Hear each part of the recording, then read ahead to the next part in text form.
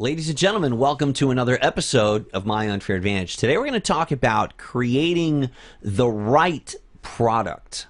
I think a lot of people get too excited in the beginning and they're just like, oh my God, I just want to create a product. I need to make money. I want to create a product. They actually, they fail to see the big picture.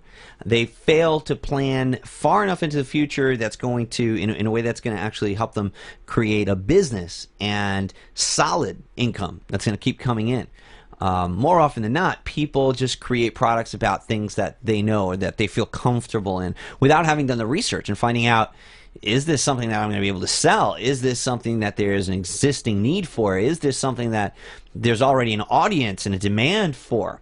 You have to ensure that your product is going to sell before you even start creating it. And this is one of the biggest mistakes that I see new internet marketers making online, and it is probably the reason that most people struggle to find traffic and to make sales.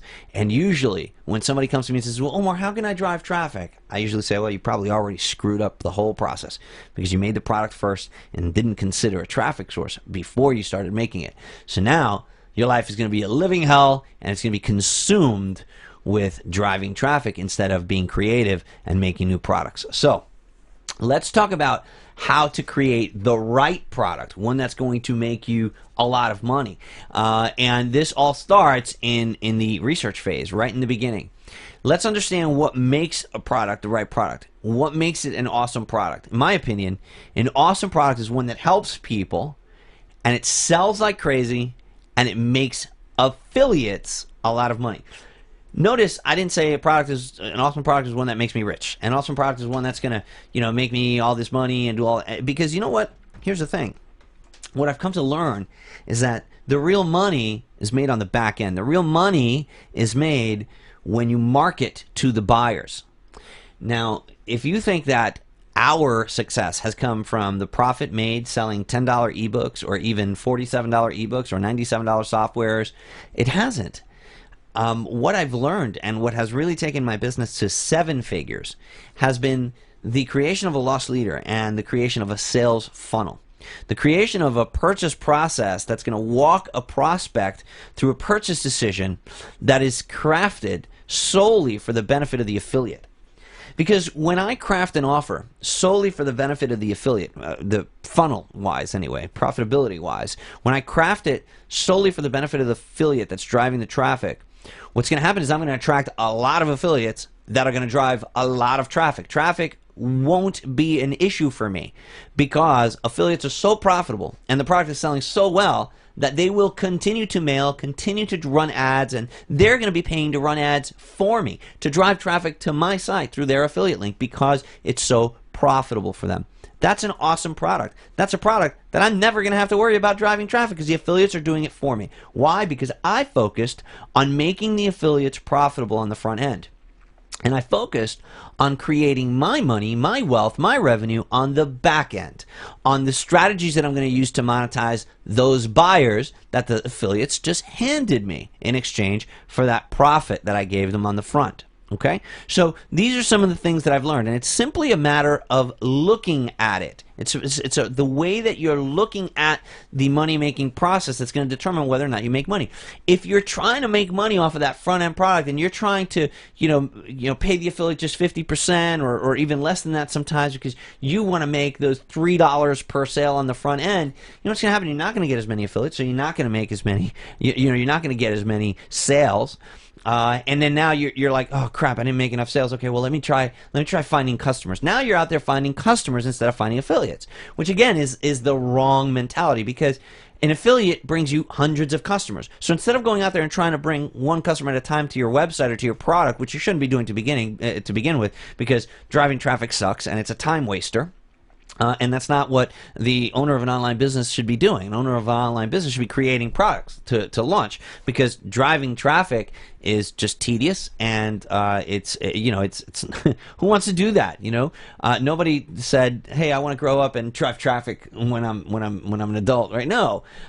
So my point is this: if you want to come up with an awesome product of your own, you must start by identifying and profiling the traffic source first. Failure to do this will land you in trouble later.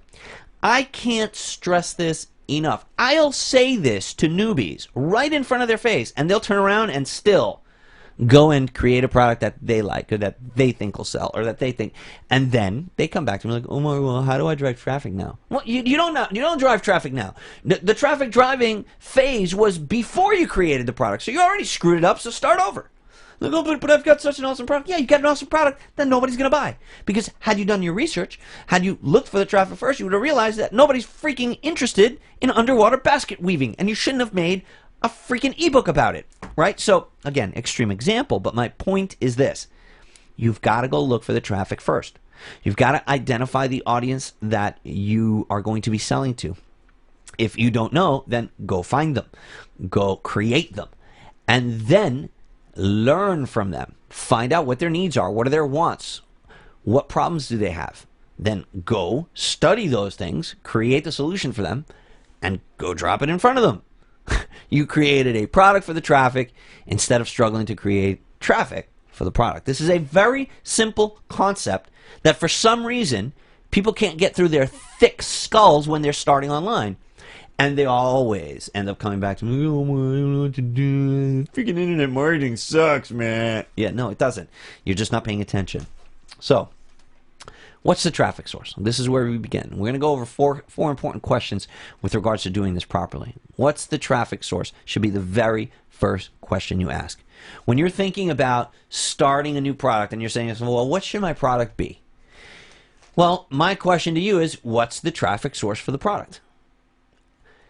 Now, how do we examine this? Well, we're gonna go about this a couple different ways. There's a couple different types of traffic sources. Do you have affiliates yet, or are you going to be recruiting them? Right? Because if you have affiliates already, then they are your traffic source. It's their subscribers that are your buyers. So, creating a product first and then trying to stuff it down their throats ain't going to work. Because if you create something that doesn't appeal to them, the affiliate is going to say, sorry, man, I'm not going to promote that. Or if you try to pull a favor or pull, and he does promote it, you're not going to make money. So he's not going to mail for you again. So, do you have affiliates yet? Well, if you don't have them, you should be recruiting them. You should be penetrating Facebook groups. Go to where these affiliates hang out. How do you become friends with people in a specific niche? Well, learn about those people. Where do those people hang out? Where do those people spend their time? Where can I go and meet those people? Right? So let's say you wanted to meet, I don't know, people that are into fitness. If you wanted to meet people that are into fitness, you go to a gym. Go to some sort of fitness meeting or something, right? It just makes sense. Go where those people hang out. Well, same thing with affiliates. If you want to recruit affiliates, go where those affiliates hang out. Where are they spending their time? What groups do they frequent? What events are they going to? What forums do they post in? That's where you go and you make those friendships, and that's how you go and start assembling those affiliates that are going to be promoting your product. That's how you start determining what your traffic source is going to be. Now, once you have these affiliates, now you've got to learn, well, who is on their lists? What do you know about their needs and their habits? You've got to learn about the people that are on that affiliate's list. Okay? So, if I was that person, let's say that you are a member of one of our products, and as part of that membership, I will be promoting for you. Well, it would behoove you then to identify my subscribers as your future traffic source. And the question you should be asking yourself is, what can I create that will solve a problem for those people on Omar's list? And the only way to really get the answer to that is to identify who is on these lists. What's the demographic? What are their needs? What are their habits? And we start learning these things by penetrating that, by being a member ourselves, by talking to these people, by polling these people, by asking the affiliate who's got experience, that being me. So, very, very important step that hardly anybody's, I think in my entire career, only a handful of people have ever really approached me and gone about this the right way to ensure that their product converts. What do your affiliates absolutely need to provide for their lists?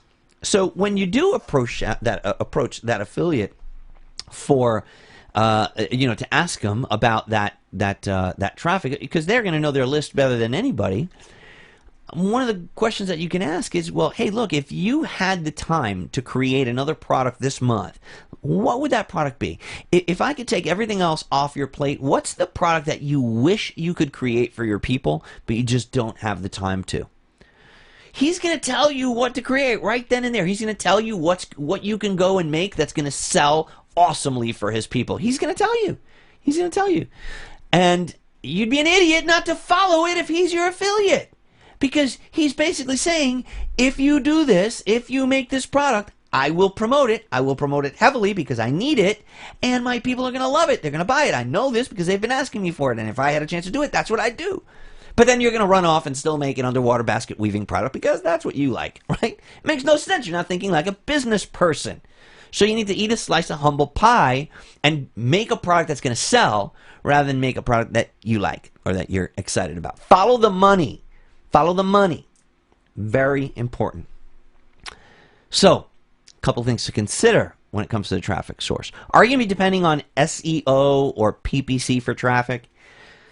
When internet marketers come to me with this SEO mumbo jumbo, I'm just like, oh God, you're not really looking at the big picture. When you're creating internet marketing products, SEO should be like the last thing you're worried about. Really, SEO should be the last thing you're worried about. Affiliates are the ones that are going to drive the traffic for you. Organic searches are not going to be bringing you droves of customers. Affiliates are. That's what you need to be focusing on. So if you're trying to spend all this time making Google happy about the way your site is set up, is Google going to send you? You really think that it's not? It's not going to send you droves of buyers just because you use the H1 freaking tag in the headline or whatever the hell they're. And then that's the other thing. Now your business depends on Google, and every time they do another animal update, guess what? Boom! You just got Google slapped, and you're really working for Google, not yourself, right? Now PPC a little bit different, but. In any one of these cases, whether you're doing pay-per-click advertising where you're going to be investing money, or you're doing search engine optimization for evergreen product sales or what have you, I don't know why, but if you are, an important thing to consider before you create the product, since this is going to be the traffic that you're going to be turning to in order to make sales, is what keywords are you going to target? What's the target audience? Who are they? What are they typing into their search bar every month or every week or every day? And once you know that, once you've come up with something that seems to be, sought after, you need to create, again, a profile on that type of user, infiltrate them. Where is that person? Where does he hang out? What are his problems? And learn about them in advance. This is the way that you identify traffic sources that are going to lead you to a profitable product launch. Now, another thing that you could do is, that you should be doing, is actually determining, are you going to be the person assembling that audience first? Okay, so a very, very powerful tactic is to, as you're creating your product, assemble the audience, grow the audience. Now, naturally, identify the target demographic and the person, and once you know where they are, where they hang out, how to reach them, then you can start assembling them and inviting them into your own little place of refuge for this particular demographic. Maybe a Facebook group, maybe a forum, maybe a fan page, maybe a blog. Anywhere that you could post content that interests this demographic, that they will be willing to somehow align themselves with you by either clicking a like button, entering their name and email, a way that you're going to be able to market to them. Okay, so are you going to be doing that? Are you going to be assembling that stadium where that audience is going to sit? Is it going to be a Facebook group? Is it going to be a forum? Is it even going to be an email list? Maybe you're going to build a squeeze page that's going to offer a free report on model airplane building, for example, and you're going to go to some model airplane forums and share it with them. I don't know what your tactic is going to be to assemble that audience, but it would behoove you to build an audience of a few thousand people in the same time. Do this in parallel at the same time as you're creating the product. Nonetheless, after you've already done the research on the niche and the specific target audience, and you understand what their needs are. An important thing to keep in mind once you've identified that traffic source, once you've profiled them, is to know if they're evergreen. Is it recyclable? Is it a seasonal type of traffic source? And the best way that I can point this out to you is a comparison between toilet paper and fur coats. One of them sells much better than the other. And that is toilet paper. Why? Because it's a consumable item. People will always need toilet paper, right? But a fur coat is something that you kind of buy once. So with toilet paper, you can sell it over and over and over and over and over again to pretty much everybody, right? So where on the scale does your product fit? So between toilet paper and fur coats, which is a very, very small percentage of the population that is ever going to buy a fur coat in a very small percentage of the world, and a very small percentage of income because they're so expensive, and it's a specific type of person that will buy a fur coat. But every single person will buy toilet paper and can understand the need for toilet paper, and they'll continue buying it often, a lot. They'll look for ways to save money buying it. They'll look for a way to buy it in bulk. So somewhere on the toilet paper scale is your product between toilet paper and fur coats, and you've got to determine this particular traffic source. Where on that scale is it? Can I create a product like toilet paper for these people that they're going to have to keep buying and buying, or is my product going to be more like fur coats? And if it's more on the fur coat side, then I would say, rethink that. You want to be more on the toilet paper side, okay? So again, things to consider before you create a product. Unfortunately, because you're new and you're just starting out, and the whole thing about you try to make it easy. You're trying to take the easy way. Oh, let me create a product about something I know. Or, let me just create a product that's going to be easy to create, right? Well, sometimes easy to create isn't easy to sell. Easy to create is usually a pain in the freaking ass to sell. And then you have this awesome product that you love that was easy to create, but you can't get one freaking stinking person to buy it because you put the cart before the horse and you didn't identify the traffic source first. The next question that we need to address once we've identified the traffic source is, what are their problems? You've got to infiltrate this audience. You've identified the traffic source. Now you know where they are. You know where they hang out. Well, you've got to infiltrate them. You've got to get to know them. You've got to gain an understanding for where they are in life and in business. You got to become one of them, essentially, and you've got to subscribe to the same lists. You've got to follow them on Facebook. You've got to find a way to poll them and learn about them. Subscribe to the same periodicals that they do. You need to identify with these people if you're going to get to the root of their needs. If you're really going to be able to figure out what their problems are, it's also you got to become one of them. So you got to infiltrate this audience if you're going to gain an understanding of them. Now, the important thing with any group or any audience that you're learning about in your research phase of your product creation is you want to identify with the greater majority of that audience, okay? Not just one guy or one girl or something like that. You really need to try to appeal to the most amount of people on that audience. So let me break this down to layman's terms. Let's say that audience is coming from an affiliate, from one affiliate.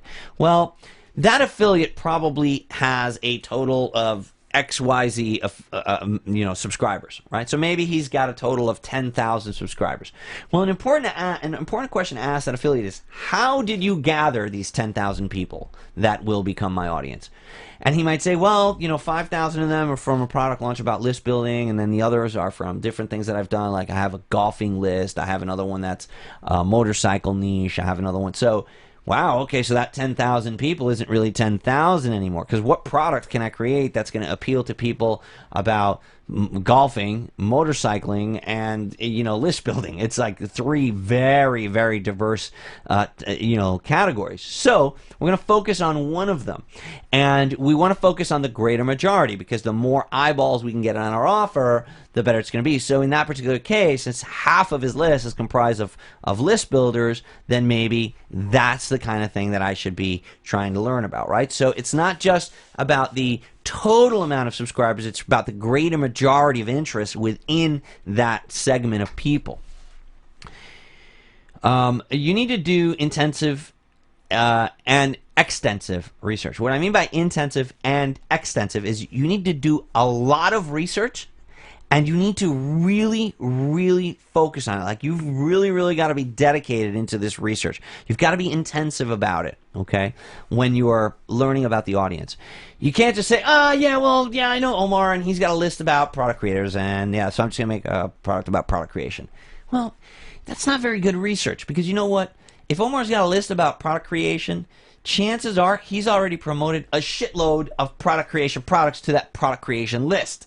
So that's not a very good, that's not intensive enough. That's not extensive enough research onto that audience, right? Maybe polling them, maybe, asking for permission to ask questions in one of this affiliate's Facebook groups, maybe interviewing the actual marketer that they subscribe to. So creating an interview with that person, asking that affiliate if he'd be willing to sit down for a recorded interview, something that you could even later use as a tool to give away for free to try to build that audience. Sometimes, because now you can create a Facebook group where you're going to share that interview with those people, and now that person's subscribers will come and join that group in order to listen to that interview. So maybe 100, 150 of those 10,000 people join that group because they want access to that interview, and now you can poll them within that group because you own that group, and now you can get to know those subscribers that were interested in that interview from that marketer, and you can penetrate those people, not physically, but I mean, infiltrate is probably the better word. You can infiltrate that segment of that person's list, and you can find out what their needs are. You can find out what other marketers they subscribe to. You can find out what things they like to buy, what things they've bought in the past. All of these kind of things are questions that you can ask the marketer, and that you can also ask the marketer's subscribers as you start polling them once you start infiltrating that group of people. Once you've done this and you've gained an understanding and you've developed some relationships with these people, you need to identify a problem that the majority of them have in common. This is the key, because this is what's going to give rise to the product that you're going to create. You need to identify a problem that you can go and figure out and solve for them. It's got to also be a problem that's going to lead to other needs, right? So you don't want to just solve their problems in a way that they're never going to need anything from you again. The idea here is to create a customer for life. So when you're doing this, you now got to start thinking about the big picture. So maybe you have an option of creating a software tool that solves their problem, or you have an option of creating a training product that you're going to need to update every year or something like that.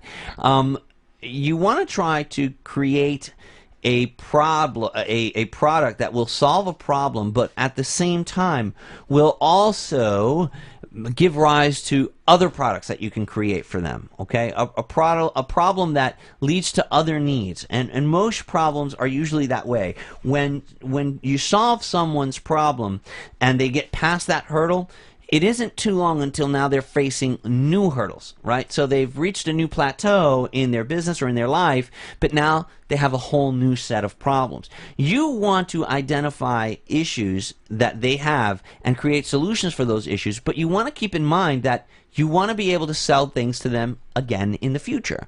So you want to start thinking about that. You want to start thinking that way.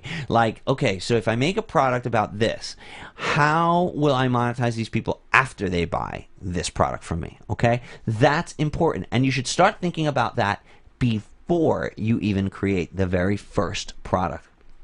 So we've identified the audience, we've infiltrated them, we've found out about the traffic source, we've interviewed the affiliate, or we've done keyword research, whatever direction you're going in. So you've got the audience, you've identified the problem. So now the big question is, how the hell are you going to solve it for them, right? Can you solve this for them, or teach them how to solve it themselves through some sort of digital means, meaning video recording, audio recording, some sort of a PDF document, instruction manual, or something like that? Are you capable of creating an information product that will address this issue for them, right? So some problems you just can't solve digitally, right? So maybe the problem is that their car is broken down and they don't know how to fix it. Well, can you really solve that digitally?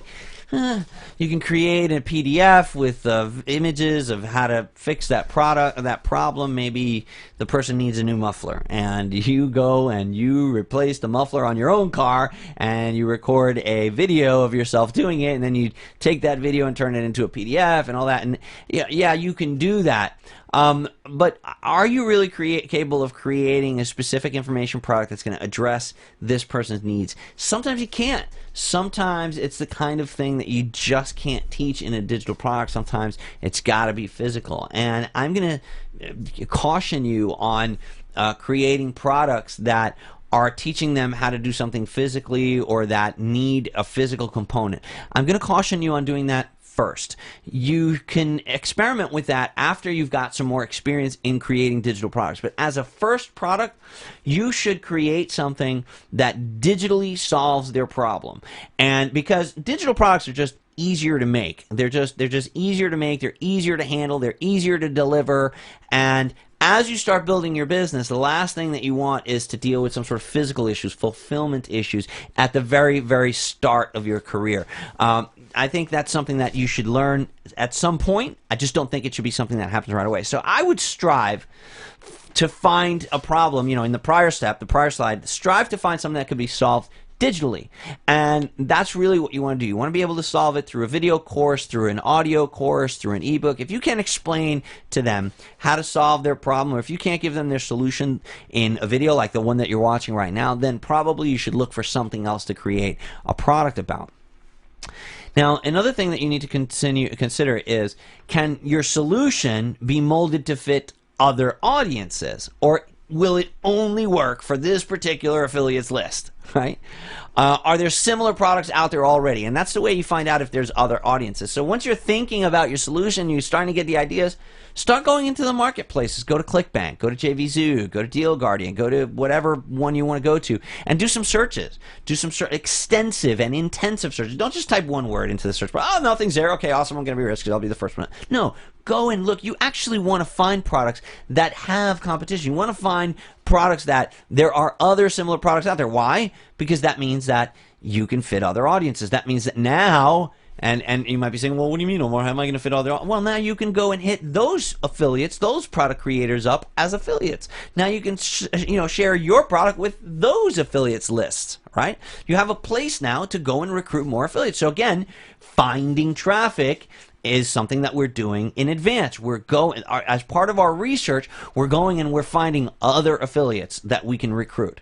So if I'm thinking about creating a product on list building, or a specific type of list building, or how to use this particular autoresponder or something like that, I'm going to go into the other marketplaces. I'm going to see if anybody else has created a product like that. And then if I find a few, I'm going to say, okay, great. I'm going to research those, find out who created those, because those people that created those products, obviously they have a list of buyers that are in the same niche or that have the same interest. So those marketers, those product creators, they're on my radar now as a source of traffic for me.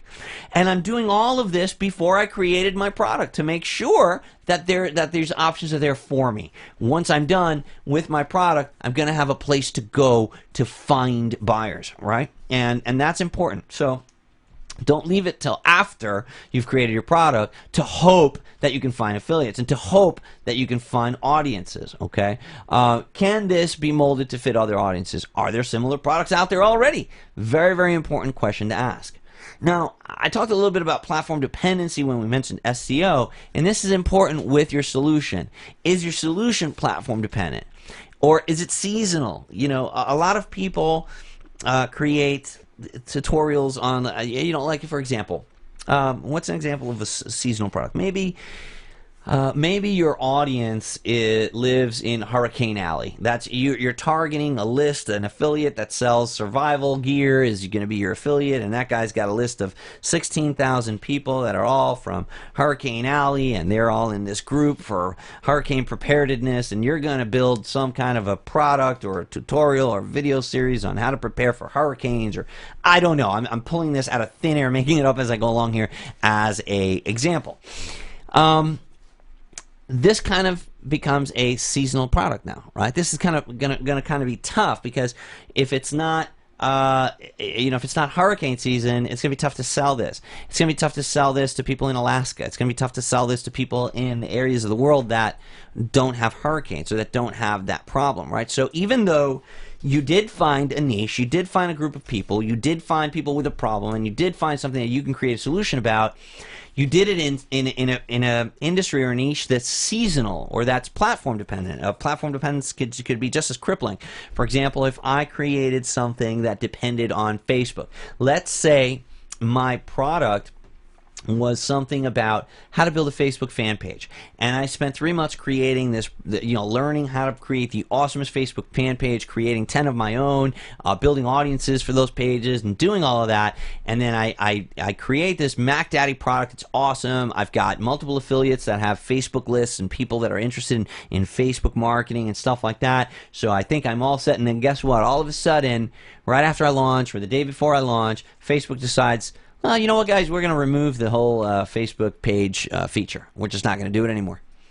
I'm not saying that that's going to happen. It's unlikely, but it can. And the reality is that you've created a product that's dependent on another platform. And whenever you create a product that's dependent on another platform, you will always kind of be working for that platform, because that platform has control over you. If they change things, you've got to go change things. And that's a pain in the ass. So the more dependent on outside factors, the less in control of your business that you are. So these are all things that I consider when I'm thinking of how I'm going to solve the problem for this audience that I've found, because I want to avoid getting into a solution or getting into creating a product that's going to be a pain in the ass for me later. Speaking of being a pain in the ass later, can it be sold later? Is it something that's going to be evergreen? Can I sell this year-round forever? How am I going to be able to continue monitoring this solution after, or rather, the right word there is not monitoring, it's monetizing. How am I going to be able to continue monetizing this solution after the initial product launch? Am I going to be able to keep this website open and drive traffic to this perpetually? So am I going to be able to experiment with cold traffic and pay-per-click and media buys and all kinds of other things? Is this an evergreen thing, or is this something that is some sort of a solution for just something that's happening right now? For example, what are the kind of things that happen once? Let's say that do you remember, I might be showing my age here, but there was a big scare in the year 2000, Y2K. Oh my God, the internet, it's going to explode on midnight of the year 2000.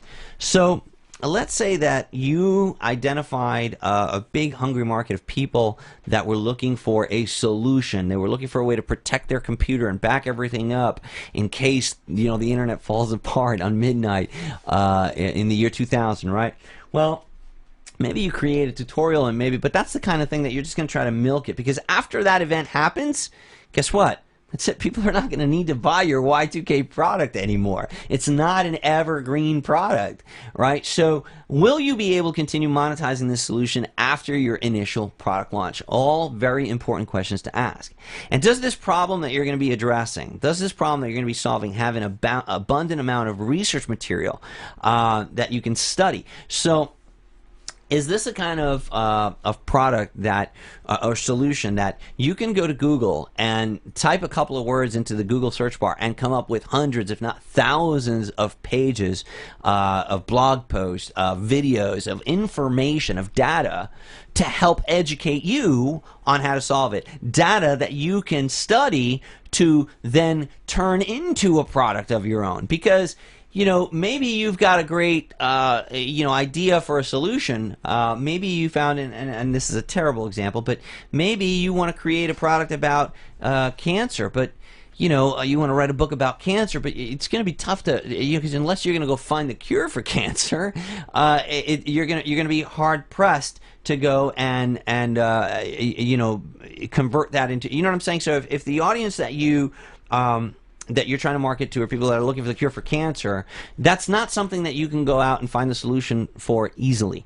You want to go and find a problem to solve that you can easily create a product about. Okay, so you want to be able to find abundant material. Heck, you might be able to find PLR material that already exists about it and use that PLR material as some content, as filler, as bonus stuff to add to your product. You shouldn't just go find a PLR product to drop in front of that audience. Okay, you should create your own.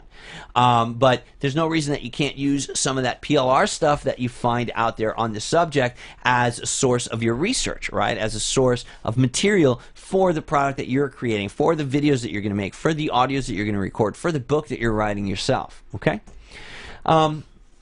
The last thing I want to cover, which is a question that you should be asking you before you even start your product creation, is what are they going to absolutely need afterwards, after you've solved this problem for them? Do you know what are the things they're going to need after they buy from you? Because you're going to need to keep selling to them. You don't want to just create yourself a product in a niche for an audience that just needs to buy once. Toilet paper, for example. They're going to need that over and over and over and over again, right? So, you know, creating a product that solves their problem once and for all is not usually a really good idea, because then, you know, or rather, if it's good that you solve their problem once and for all. That's not what I meant to say. It's good that you solve that problem once and for all, but it's also important for you to identify things that they're going to need after that problem is solved. Okay, so you got to think like a business person here. You got to reverse engineer your offer based on things that you plan to sell them after they buy. You know, I talked earlier about creating a product that is profitable for your affiliates. In many instances, one of the things that's wise to do is to offer that affiliate 100% commission on the front end product. 100%. So you literally do all this research, all this market penetration, you do all of this product creation and everything. You really put your ducks in a row. You do intensive, extensive research to create a product that you're going to give away 100% of the profits for. But doing that is going to ensure that you're going to get a whole bunch of affiliates excited that are going to send you a whole bunch of customers. And then you're going to make your money by selling them things after they buy that initial product that's profitable for the affiliate. This is smart marketing. This is strategy. What's going to be the high-ticket webinar that you automatically register those new buyers of yours into? I want to pause here for a second, and I want to spend a moment talking about this, because this concept has added millions of dollars to our bottom line over the years that we've been building our business. The concept of creating a product that introduces people to a high-ticket back-end webinar. The idea that that front-end product doesn't need to be profitable for us at all, but rather profitable for the affiliate, which is bringing us customers. The more profitable and exciting that I can make that front-end product for the affiliate, the more he's going to want to promote it and the more customers he's going to send me. So let's do some really, really quick math here just to give you an example. All right?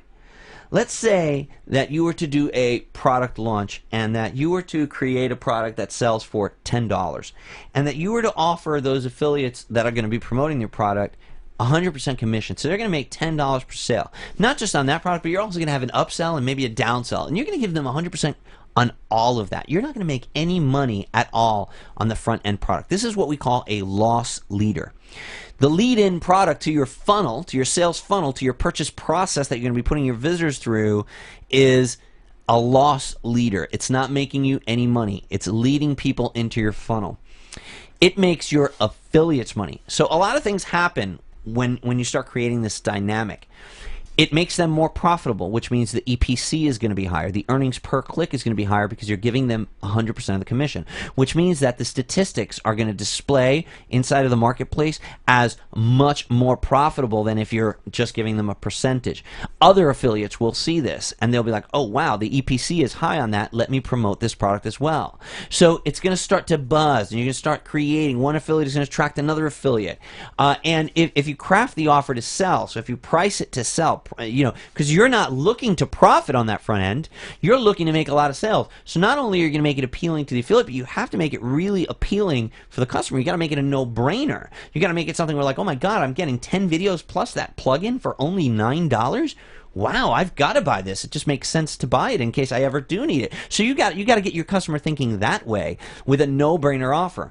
And what do you care? You just want a price to sell because all that money's going to the affiliates. Now you've created this dynamic on the front end, on the loss leader of your product that's got a flood of affiliates driving a flood of traffic. So traffic is not going to be a problem because of the strategy that you're using. Now, let's just say, for just illustration purposes here, that you run a product launch, you set it up as a loss leader, you give 100% commission, and on top of the fact that you're giving away all the commission, you create a contest for your affiliates and you put up a couple $1,000s in prize money. Now those affiliates are even mailing harder, and they're mailing over and over to try to win that $2,000 or that $1,000 or whatever that prize is that you're doing. And you might be saying to me right now, oh my God, Omar, I haven't made any money on the front. I'm tapping into my savings to give. Oh my God, you're going crazy. No. Listen to the strategy here. That mentality, setting that up on the front, could very well make you several thousand sales.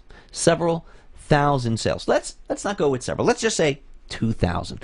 Let's say that you have a launch that does 2,000 sales. Now, it took you 3 months to create this product that you didn't make any profit on, and in those 3 months, you worked your ass off. You invested a lot of time, a lot of sweat equity went into it, right? And on top of that, you're going to go into your savings. You're going to put some money. You're going to put some, you're going to go ahead and put some, another $1,000 or $2,000 or whatever into prizes for your affiliates, right? So now, it's actually costing you money. It's a loss to do this launch. It's a loss. But it's going to bring you in 2,000 people because you did it right, because you went to the affiliates first, because you did your research, because you found the traffic first. It's not really risky, right? It's not risky. If you're scared about doing this, is because you haven't done the research. Because if you've done the research and you know the audience and you've penetrated it and you've infiltrated it and you've done your studying and you've created a product that will appeal to them and you've built a relationship with the affiliates and you've interviewed the affiliates and you created something they need, it's not risky. You know it's going to sell. You've got no problem doing a loss leader when you do it that way. If you're afraid, it's because you haven't done enough research. Go back to the drawing board. So we do 2,000 units on a front end. And remember, out of that $10, out of each sale, the fees get paid right out of that. So the PayPal fee, the JVZoo fee, that all gets taken out of the sale itself. So you're not coughing up more money to pay for that stuff. That all comes out of the sale money. The money that you're going to be coughing up is the prize money. All right, so it costs you, let's say, $1,500 for $1,000 you put up for prize money. So now you've got 2,000 customers, brand new customers, people that invested money in you. They saw your face on that sales page. They saw your sales video. They saw your product. They've invested in you. They are now on your list. So you've built a list of 2,000 buyers. You've probably also built a list of, maybe another 1,500 freebie seekers because you had an exit pop on your sales page like Omar Martin taught you. That gives them something for free and puts them into an autoresponder sequence. There's another video about that in the archives. But you've got 2,000 buyers and you've got another 1,500 freebie seekers. You've got a total of 3,500 people as a result of this launch, but you still haven't made any freaking money. However, you followed Omar's advice, and you know what you did? You found yourself a high-ticket webinar. You created relationships with affiliates, and you found a guy that's got a webinar out there. He's got a product. He's been doing this a lot longer than you, and he's got a product that he sells for $1,500. $1,500. And it's a congruent product to what it is that you're selling, and it's going to appeal to your audience. So this $1,500 product, this guy, he's been an expert, he's been doing this for a long time, and he's got proven metrics, and you know that his webinar that he does converts at, let's give it a low number. Let's do all low numbers at 10%. So he's got a $1,500 product that converts at 10% via live webinar. So what you did is you took your 2,000 buyers and you automatically registered them. Right when they pay in JVZoo, there's a feature in JVZoo, you automatically register every one of those buyers into a webinar. You now have 2,000 registrants. 2,000 registrants into a webinar. That's going to take place maybe a few days after your launch. You're going to show up and you're going to introduce that speaker. Now, we've got to do some math. I don't want to gas up your head. So let's do some math. If you've got 2,000 registrants, conventional wisdom and experience tells me that 30% or so will actually show up. So 2,000 times 30%, I'm working it out on my calculator right now, is 600. You'll have 600 people that attend live on more or less. And these are pretty accurate numbers because I've done this many times. So about 600 people will attend live. Now remember the statistics that we had, the metrics that we had. 10% conversion rate. That means 60 people are going to buy on the live call. 60 people are going to buy a $1,500 product. 60 times 1,500 equals $90,000. You just generated, well, somebody did it for you, $90,000 out of your lost leader. And you did it in 90 minutes. Well, you did it in 5 because all you had to do is introduce that guy. It's his business to do that. But hold on, Omar, I don't get to keep the whole 90. No, of course not. You're an affiliate for that guy. So you keep $45,000. So how much did we spend? Well, to get to this point, we put up a contest of $2,000. We invested $2,000 or $1,500, whatever the hell you need, and you invested the sweat equity of doing the research and creating the product for 3 months. $45,000, not a bad payday, but it doesn't stop there. You see, because remember, only 600 attended, and you built a list of 3,500, 2,000 buyers, 1,500 freebie seekers. Well, what are you going to do for the next 3 days after the webinar? You're going to promote the replay to those other people that didn't attend. And experience has told me that you're going to sell more, and on average for us it's about 65%, but 50% at least of your sales overall as a result of that webinar are going to come from the replay. So you're going to make another $45,000 at least. Likely you're going to make 90. On top of the initial 90 that you did, you're going to make this additional money by promoting the replay with a countdown timer over the course of 3 days using an urgency campaign that we call the Crush campaign. This isn't made up. This is real. This is stuff that took me years to develop and figure out and test. But this is reality. So that lost leader could very well lead to $90,000 in profit. All right? Now, we've only scratched the surface of how you're going to monetize those brand new 2,000 people in the back end, right? Those 2,000 buyers, because you're going to put a banner for a fast action bonus on your welcome page, and that's going to make you another $5,000 to $10,000. You're going to use something called the step box. You're going to also be promoting products over the next 60 days to them. Every day you're going to send them an email recommending something else. That, again, is congruent.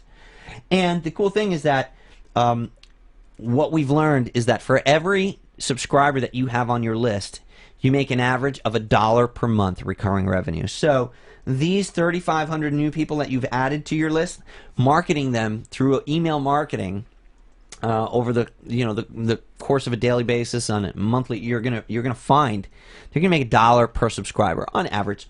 So you just added $3,500 a month to your recurring income. This is all from a lost leader. So it's about strategy. It's about strategy. If you just try to come up with a product idea, oh, well, that sounds good. Yeah, I'm going to make a product about model airplanes because I like building model airplanes. And I'm just going to make my money selling $7 ebooks. And I make $3.50 per sale because I make 50% of the affiliate. You're going to have a hard time finding affiliates. You're not going to make 2,000 sales. You'll be lucky if you make 100 or 150. You'll be lucky because you're not going to have affiliates. And you're going to be struggling to drive traffic. You're going to be coming to me saying, oh, why do I learn about traffic? How do I drive traffic? While the smart strategic marketers, the guys that are using higher level strategies, while those guys are generating, giving away 100% commission and generating hundreds of thousands of dollars on the back end, you're struggling to find traffic because you didn't do your research first. You put the cart before the horse. You're struggling to find traffic. You're trying to sell. You're trying to make $3.50 at a time from your guys. You're doing SEO. You're doing that. You're playing that game. So you got to ask these questions before you start creating a product. As you're penetrating a market, as you're infiltrating an audience, you need to start asking things like, what are their needs? What are their problems? How can I solve their problems?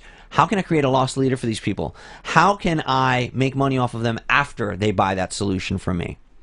What's going to be the first fast action bonus that I promote on my welcome page? A fast action bonus is an offer that you put. This is probably one of the most profitable pieces of real estate that you have inside of your website, and that is on the bottom 1/3 of your welcome page. Once someone buys from you, what you want to do is on the bottom 1/3 of that page is make them an unadvertised bonus offer. And you say, hey, look, I didn't talk about this on the sales page. I wanted to keep this and limit this just to action takers. This is a fast action bonus. I want to make you this offer. Everybody in internet marketing needs a hosting company, right? Well, I've negotiated a deal with this hosting company that if you sign up through me, through this link, they're going to build you a free website, or they're going to do this, or they're going to do that. And it's only going to cost you XYZ to do that.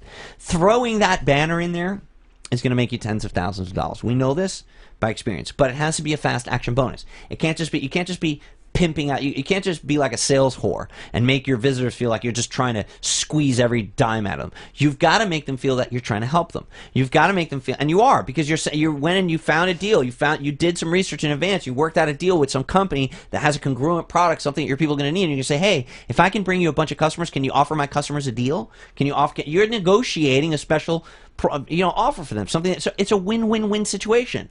That company gets new customers, you make a profit, and your customers that needed this service get a discount.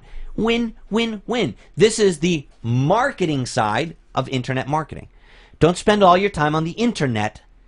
Spend your time on the marketing. Okay? That's your fast action bonus. What products are you going to be promoting to them via email over the next 60 days? In the process of recruiting affiliates, you can make out deals with these affiliates. You can say, hey, man, listen, I'm going to have a couple thousand brand new buyers. If you promote for me during my launch week, I promise to promote for you after my launch to all of my new buyers. Let's work something out. You promote for me, I promote for you. This is called reciprocity, right? So you should create a promotion schedule. Even before you create the product, you should be creating a promotion schedule that you're going to follow to the buyers of the product you haven't even created yet. This is how you create products that win. This is how you create businesses that win, that make you money long term.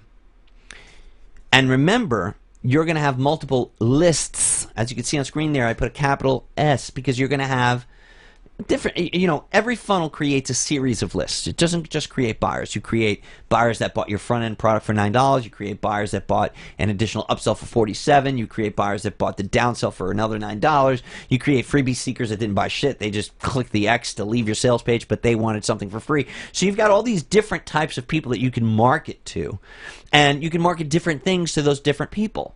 Right, so somebody that was willing to spend more money on you, you can go ahead and start marketing them right away with more expensive products that you're going to be more profitable on. But the guy that was a freebie seeker, you might want to start with the $5 products. You might want to start with the $10. So you're gonna have this plan on how you're going to market to these people after they buy from you before you even create the product that they're going to buy. Do you see where we're going with this?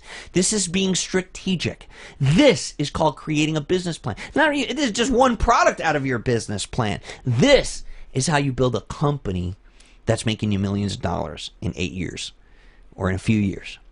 This is how you build a 6-figure business in a matter of 18 months like we were able to do. It's by thinking about strategy. What's going to be the next product that you launch? That's really important. How are you going to follow this bad boy up? Is there going to be a sequel? All right? How do you follow up strong in a few months with something different that's also going to appeal to this audience? So again, if you're creating the Y2K product, it's going to be tough to do a follow-up bang buster launch the next year because there wasn't no Y2K1, right? So how are you going to follow up? What's your next product going to be? All of these questions. This is called reverse engineering your funnel and your business funnel, not just your sales funnel for this product, but my entire business funnel. I'm reverse engineering. I'm thinking, what is next? What is next? After this, what do I do next? What will I do next? Like playing chess. You've got to be thinking 3, 4, 5 moves ahead. After I do this, what's going to happen? After that happens, what could possibly happen? If I don't do this and that doesn't happen, this other thing might happen. Well, if that other thing happens, what will I do then to counter that other thing? This is called strategy. And this is how you make money online. But if you're too worried about, oh my God, how am I going to pay the rent this month? Oh my God, I'm going to be sure I need to make money right away. Oh my God, oh my God, you're not in any mental state to build a business. You're not being strategic. You're making decisions based on fear of losing your house. And this is why when people say to me, Omar, I need to make $500 by tomorrow. I need to, this week. And if I can't do it, then that means that you suck and you don't know anything about it anymore. Okay, I suck. I don't know anything about internet marketing. No problem. If you need to make $500 by next week, then you need to go get a payday advance or you need a better job. You need to fix your life. Because the fact that you need money so fast tells me that you don't have any strategy about managing your own money, let alone building a business. Okay, so very, very important. And I'm not saying this to put anybody down. I'm saying this to kick you in the ass to make you understand the mindset that you need to be in if you're going to create product launches that win. If you're going to create product launches that make you a lot of money. If you're going to establish a name for yourself. And then here's the other thing that happens. Something magical happens. When you do this, when you set up strategies like this, you make affiliates a lot of money. Next, it gets easier and easier to launch every single time. Affiliates are going to be approaching you and saying, hey man, when are you going to launch something again? When are you going to launch something, bro? Because I made a lot of money the last time you did something, and I need to make that kind of money again. So affiliates are coming to you, speeding you up. Traffic is no longer an issue. The guy that's struggling for traffic after being an internet marketer for a year, for 6 months, for creating, he just did it all wrong. He put the cart before the horse. Don't be that guy. Don't put the cart before the horse. Remember, if you get all excited and you put that cart before the horse, you're going to screw this up. You're actually going to have a 97% likelihood of failure. The people that fail, which is 97% of people that start to build an online, they fail. They crash and burn. They do it because they fail because they put the cart before the horse. They didn't go and find the traffic first. It's much easier to create a product for the traffic than traffic for the product. Get it through your skull. It's smarter to build a hut by the river than to go and find a nice empty spot in the desert and pray for rain. I hope that you heed this advice and that you use it in your business. Thanks for watching. I look forward to seeing you in the next MUA episode. Take care.